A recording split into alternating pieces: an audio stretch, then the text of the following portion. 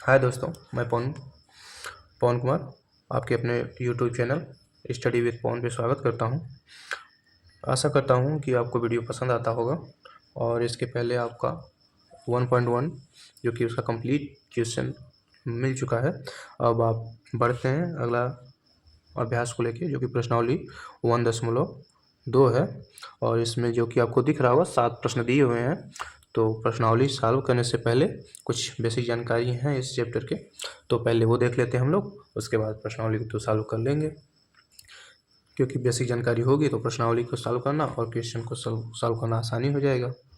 ठीक है, देखिए 1.2 में पहला हेडिंग आपको मिलेगा अभाज्य गुणनखंड दिख रहा होगा, जिसको इंग्लिश में प्राइम फैक्टराइजेशन कहते हैं। और इसका 2 भाग होता है। देखिए बताते हैं कौन कौन सा भाग होता है। देखिए इसका पहला भाग हो जाएगा गुणनखंड करना। पहला भाग हो जाएगा आपका गुणनखंड करना, जो कि गुणनखंड करना है। और इसका एक भाग और होगा, दूसरा भाग हो जाएगा आपका HCF एवं LCM। इस अभ्यास में यही 2 करना है, इसके सिवा कुछ करना है, सिर्फ HCF LCM और गुणनखंड करना है। तो देखिए कुछ एग्जाम्पल हैं। और देखिए अभाज्य गुणनखंड का आपको परिभाषा बताते हैं, क्या किसे कहते हैं। देखिए ध्यान दीजिएगा। देखिए अभाज्य गुणनखंड वो होता है जिसका केवल और केवल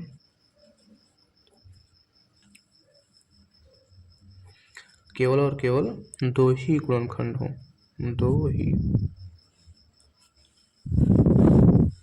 गुणनखंड हैं।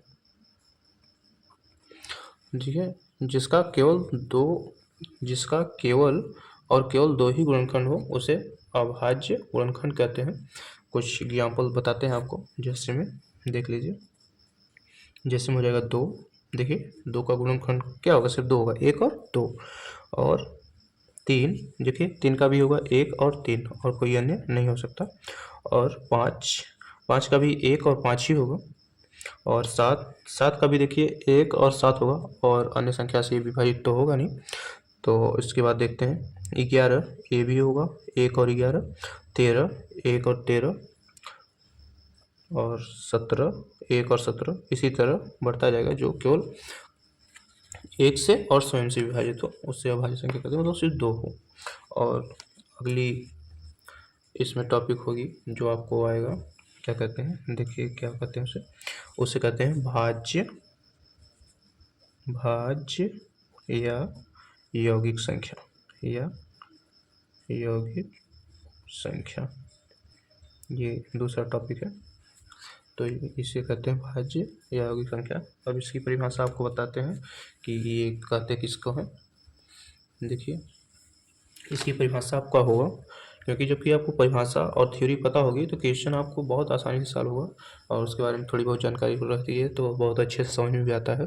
इसलिए हम आपको क्वेश्चन सॉल्व करने से पहले कुछ बेसिक जानकारी ज़रूर बता देते हैं। तो देखिए इसको क्या कैसे कहते हैं। इसका परिभाषा हो जाएगा आपका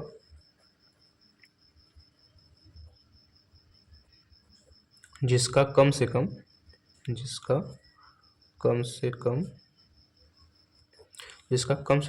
3 गुणनखंड हो। कितने गुणनखंड हो, 3 गुणनखंड हैं, उससे अभाज्य यौगिक संख्या कहते हैं। कम से कम 3 गुणनखंड, कितना हो, 3। तो इसका एग्जाम्पल ले लीजिए, देखते हैं। 2 तो होगा नहीं, और 4 लेते हैं। 4 का देखिए 3 गुणनखंड होगा कि नहीं। एक तो 1 हो जाएगा, दूसरा 2 हो जाएगा, और तीसरी स्वयं की संख्या हो जाएगी 4। 6 लेते हैं। 6 देखिए 1 हो जाएगा, 2 हो जाएगा, और 3 हो जाएगा, और 4 हो जाएगा। क्योंकि कम से कम 3 होनी चाहिए, अधिक से अधिक हो जाए कोई प्रॉब्लम नहीं है। तो देखिए जैसे 6 हो गया, और 8 हो गया। 8 को भी आपको पता ही होगा, 1, 2, 4 और 8, हाँ। और 9 हो गया, और 10 हो गया, 12 हो गया। इसी प्रकार बढ़ता जाएगा। देखिए आपको एक एक्सरसाइज एग्जाम्पल के रूप में एक क्वेश्चन ले लेते हैं, बताते हैं कैसे होगा। ज़रूर रखिएगा। भाई देखिए भाज्य हो गया, भाज्य संख्या समझाते हैं आपको, अच्छे से समझ में आता जरूर आएगा, प्रयास करेंगे कि अच्छे से समझ में आए सबको। भाज्य संख्या क्या होता है बताते हैं। देखिए भाज्य संख्या वही होता है कि अभाज्य गुणनखंड के रूप में लिखना। कैसे अभाज्य गुणनखंड के रूप में लिखा जाता है ये बताते हैं कि रूप में लिखना कैसे लिखा जाता है वो बताते हैं। जैसे हमने आपको यही एग्जांपल लिया था 4 और 6 लिया था एग्जांपल में ना। तो देखिए 4 को ले उठाते हैं और देखिए क्या करते हैं। देखिए ये 1 से विभाजित होगा, उसके बाद 2 से विभाजित होगा और 4 से विभाजित होगा। ये परिभाषा जो बताए थे आपको, जिसका कम से कम 3 गुणनखंड हो। तो देखिए 3 हो गया, ये हो गया और एक ये आपको 10 उठा लेते हैं, देखते हैं 10 का कितना फ्रैक्शन होता है। तो देखिए पहला 1 हो गया, दूसरा 2 हो गया, तीसरा 5 हो गया और चौथा 10 स्वयं। तो देखिए कम से कम 3 गुणनखंड हो और अधिक से अधिक 4 हो जाता है, 5 हो जाता है, कोई प्रॉब्लम नहीं है। तो ये रहा एक एग्जाम्पल। ओके, तो देखिए कुछ एग्जाम्पल लेते हैं जिससे आपको पता चलेगा कि अभाज्य गुणनखंड के रूप में कैसे लिखते हैं। जो कि एग्जाम्पल पहला दिख रहा होगा आपको, 8 को अभाज्य गुणनखंड के रूप में लिखना। तो देखिए 8 को कैसे लिखते हैं। देखिए 2 से विभाजित होगा तो 2 से विभाजित होगा तो 3 होगा, 4 हो जाएगा और फिर 2 से विभाजित होगा तो 2 हो जाएगा, फिर 2 से होगा तो 1 हो जाएगा। तो इसका क्या हो जाएगा पता है आपको, ये हो जाएगा 8, तो हो जाएगा 2 फिर 2। तो इसको किस रूप में लिख सकते हैं। देखिए मैथ में हमेशा जितना छोटा हो सके उतना छोटा लिखा जाता है, उत्तर आपका उतना छोटा आना चाहिए। तो देखिए ये इस तरह न लिख के हम लिख सकते हैं 2 का क्यूब, ये हो जाएगा आपका उत्तर। तो ये रहा आपका अभाज्य गुणनखंड के रूप में लिखना। ऐसे ही लिखा जाता है अभाज्य गुणनखंड के रूप में। सवालें ऐसे ही आपको पूछी जाएंगी, बस थोड़ा सा मेहनत करेंगे आप तो समझ में आ जाएगा।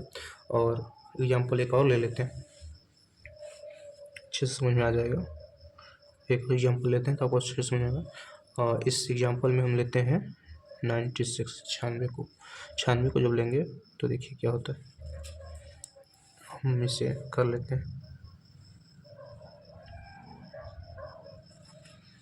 देखिए ये भी 2 से विभाजित होगा, तो 2 से विभाजित होगा तो 48 मतलब 48, फिर 2 से विभाजित होगा तो 2 दूनी 4 मतलब 2 और ये 2 4 दूनी 8, ये हो गया 24। फिर होगा तो 1 और 2 12 हो जाएगा और फिर हो जाएगा तो हो जाएगा, इससे डिवाइड करेंगे तो 6 आ जाएगा और 6 फिर 2 से विभाजित होगा तो 3 हो जाएगा और 3 से जब विभाजित होगा तो 1 हो गया, दिख रहा होगा। तो ये है गुणनखंड के रूप में लिखना। अब इसको हम एक और लिख लेते हैं। इसका देखिए गुणनखंड के रूप में कैसे लिखा जाता है। तो ये 96 हो गया और ये कितने 2 हैं, 1 2 3 4 5, 5 2 हैं तो ले लेते हैं 2 इंटू 2 इंटू 2 इंटू 2 इंटू 2, 1 2 3 4 5 और एक 3 है तो इंटू 3।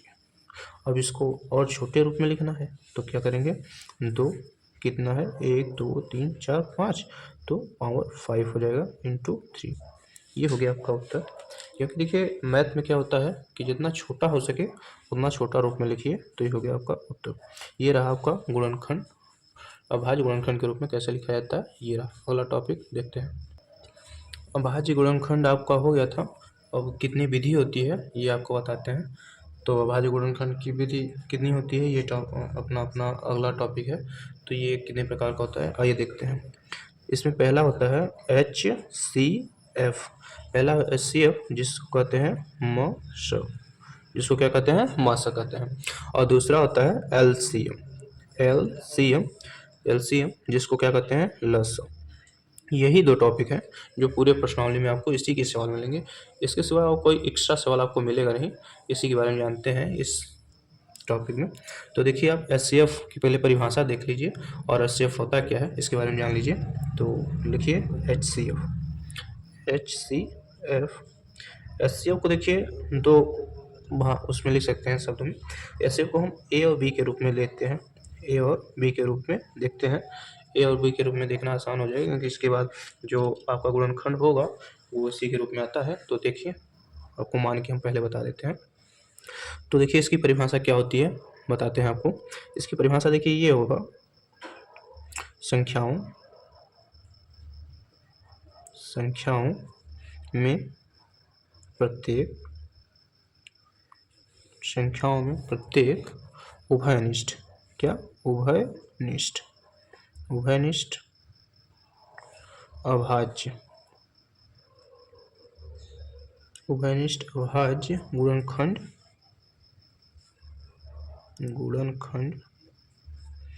की सबसे छोटी घात, गुणनखंड की सबसे छोटी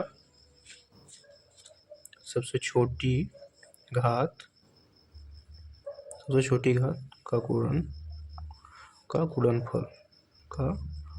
गुणनफल। देखिए, इसकी परिभाषा क्या होती है एचसीएफ की आपकी, संख्याओं में प्रत्येक उभयनिष्ठ अभाज्य गुणनखंड की सबसे छोटी घात का गुणनफल को क्या कहते हैं, एचसीएफ मतलब मसम। ये इसकी परिभाषा हो गई। और इसके बाद आपको दिखाते हैं एलसीएम।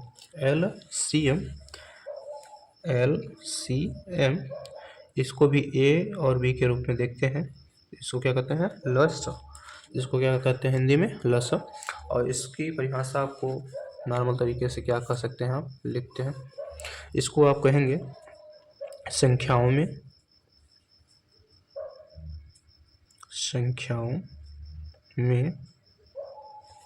संबंध प्रत्येक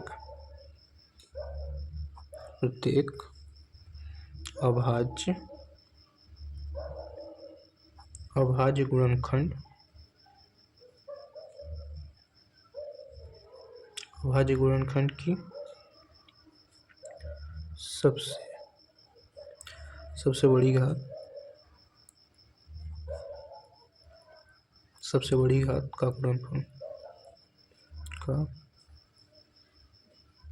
गुणनफल। इसमें देखिए क्या है एलसीएम की परिभाषा, संख्याओं में संबंध प्रत्येक अभाज्य गुणनखंड की सबसे बड़ी घात का गुणनफल। मतलब सबसे बड़ी घात का जो गुणनफल होगा उसको लेंगे, उसके बाद और संख्याएं लेंगे। तो एग्जाम्पल एक दो ले लेते हैं, तो इससे पता चलता रहेगा। तो आइए पहला एग्जाम्पल इस एग्जाम्पल के रूप में देखते हैं क्या है।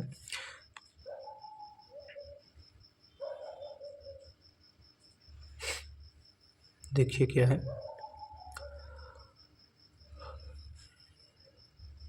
ए, इसको ले लेते हैं। तो इसको देखिए जिससे हो जाएगा 2 का क्यूब इंटू 3 का 3 इंटू 5, ये हो गया। और बी ले लेते हैं, ये हम अपने से ले लेते हैं, मतलब कोई है क्वेश्चन नहीं है, अपने मन से मान लेते हैं, इंटू 7। अब देखिए ये जो आपके पास ए और बी है, इसका देखिए एचसीएफ और एलसीएम अलग अलग निकालते हैं। देखिए क्या होगा, इसका देखिए एचसीएफ क्या होगा, आइए बताते हैं आपको। तो एचसीएफ हो जाएगा, देखिए इसमें क्या है, 2 है और इसमें 4 है। और एचसीएफ के लिए क्या बताया गया था कि संख्या की गुणनखंड की सबसे छोटी घात। तो इसमें सबसे छोटी घात क्या है, 4 है या 3 है, तो 3 है, जाहिर सी बात है। तो 2 का क्यूब इंटू, और इसमें और कौन सी संख्या आपको मिल रही है, तो ये 5 मिल रहा है दोनों में, तो 5 हो गया। और एक्स्ट्रा कुछ नहीं लेते हैं, जो इसमें दोनों में सेम होगा, कॉमन चीज़ होगी, एचसीएफ में वही लिया जाता है, बाकी क्या है उस पर ध्यान नहीं दिया जाता है। तो देखिए क्या हो जाएगा, 2 का क्यूब हो जाएगा आपका 8 हो जाएगा, और ये 5 है 5 हो जाएगा, और होगा 8 पॉइंट 40। और ये रहा आपका एचसीएफ, इसका एचसीएफ हो जाएगा। और इसी जगह इसका एलसीएम देख लेते हैं क्या होगा, एलसीएम इसी क्वेश्चन का एलसीएम भी हमें देखना है, इसी क्वेश्चन का। तो एलसीएम भी देखना है इसी क्वेश्चन का। तो देखिए क्या होता है, एलसीएम में होता है कि क्या है, एलसीएम में होता है कि बड़ी घात को लिया जाता है। तो इसमें देखिए बड़ी घात क्या है, 2 की घात 3 और 2 की घात 4। तो 2 की घात 4 बड़ी है, तो 2 की घात 4 ले लेते हैं इंटू, और इसमें दोनों में कॉमन 5 है तो 5 लेते हैं, और एलसीएम में एक और बात है कि पहले तो कॉमन चीज़ जो है उसे लेंगे और उसके बाद जो नहीं मिल रहा है उसको भी ले लेते हैं। तो कॉमन चीज़ हो गई, उसके बाद जो नहीं मिल रहा है 3, और इसमें 3 हो गया, इसमें 7, ये लिख लिए। अब देखिए क्या होगा कि 2 पे पावर 4 है तो क्या हो जाएगा 2 इंटू 2 इंटू 2 इंटू 2, तो हो जाएगा 2 दूनी 4, 4 दूनी 8, 8 दूनी 16 हो जाएगा, और इंटू 5 इंटू 3 इंटू 7। अब देखिए क्या होगा, अब इसका आगे बढ़ के 16 में 5 का गुणा कराएंगे तो कितना होगा, 16 पच्चीस 80 होता है, तो 80, और ये 7 में 3 का गुणा कराएंगे तो 7 3 21, ये हो गया। अब देखिए क्या होगा, अब इसका इसमें गुणा कराएंगे तो क्या हो जाएगा, 21 में 0 का गुणा कराएंगे तो 0, और फिर 21 में 8 का गुणा कराएंगे तो 168 होता है। कितना होता है, 168 होता है। तो हो जाएगा 1680, इसका एलसीएम आ जाएगा आपको। इसका क्या है, ये एलसीएम है कितना, 1680। तो ये रहा आपका एग्जाम्पल, जो एचसीएफ एलसीएम डिफरेंट पता होगा आपको। अब आगे बढ़ते हैं, देखते हैं आगे क्या है। आइए आगे देखते हैं। एक नोट लिख लीजिएगा, याद रखिएगा, नोट आप नोट के रूप में बताते हैं कुछ, तो उससे याद रखिएगा। नोट के रूप में देखिए आपको ये बताते हैं कि एचसीएफ और एलसीएम में संबंध क्या है। एचसीएफ एवं एलसीएम, एचसीएफ और एलसीएम में संबंध एलसीएम और एचसीएफ में संबंध क्या है। तो देखिए, आइए देखते हैं क्या संबंध है। तो दो धनात्मक पूर्णांक ए और बी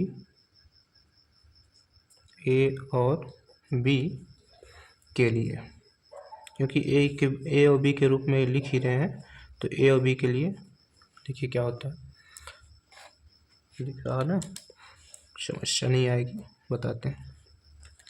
देखिए आपका एचसीएफ जो है, एचसीएफ जो है ए और बी के रूप में, तो ए बी हो जाएगा इंटू एलसीएम भी ए और बी के रूप में है, तो ये भी ए कामा बी हो जाएगा, और इसका पूरा का पूरा उत्तर आएगा ए इंटू बी।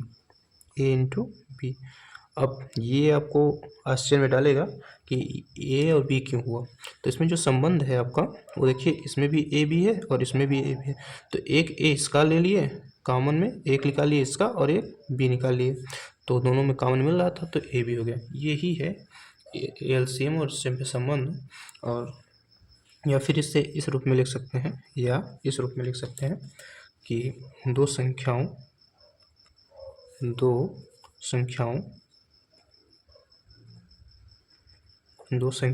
का मस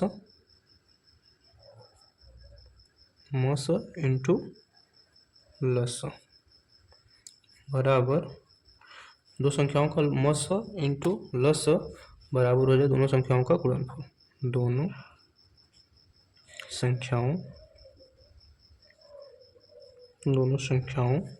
का गुणनफल। यही चीज़ें हम थ्योरी के रूप में लिख के बता दिए, और यही हम ए और बी के रूप में लिख के बताए थे, तो यही है। और कुछ एग्जाम्पल लेते हैं तो आपको समझ में आएगा। देखिए एग्जाम्पल ले रहे हैं, देखिए एग्जाम्पल लेते हैं। तो एग्जाम्पल में आपको क्वेश्चन दिख रहा होगा, दो संख्याओं का मस 27 एवं लस 162 है, यदि उनमें से एक संख्या 54 है तो दूसरी संख्या क्या होगी। तो देखिए बताते हैं आप सबको, सॉल्व करते हैं। देखिए क्या है कि ये चीज़ ज़रूर लिखिएगा, मस इंटू लस बराबर ए इंटू बी के रूप में लिख लेते हैं।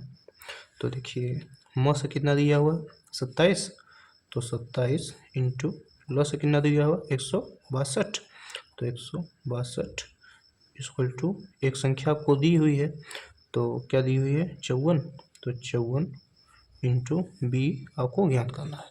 इस रूप में बन गया आपको। अब देखिए इसी को बहुत आसानी से होगा। देखिए 27 में अगर 2 का गुणा करेंगे तो 54 हो जाएगा, है ना। ट्राई करिए। देखिए 27 में अगर 2 का गुणा करेंगे आप तो 54 ही ना होगा।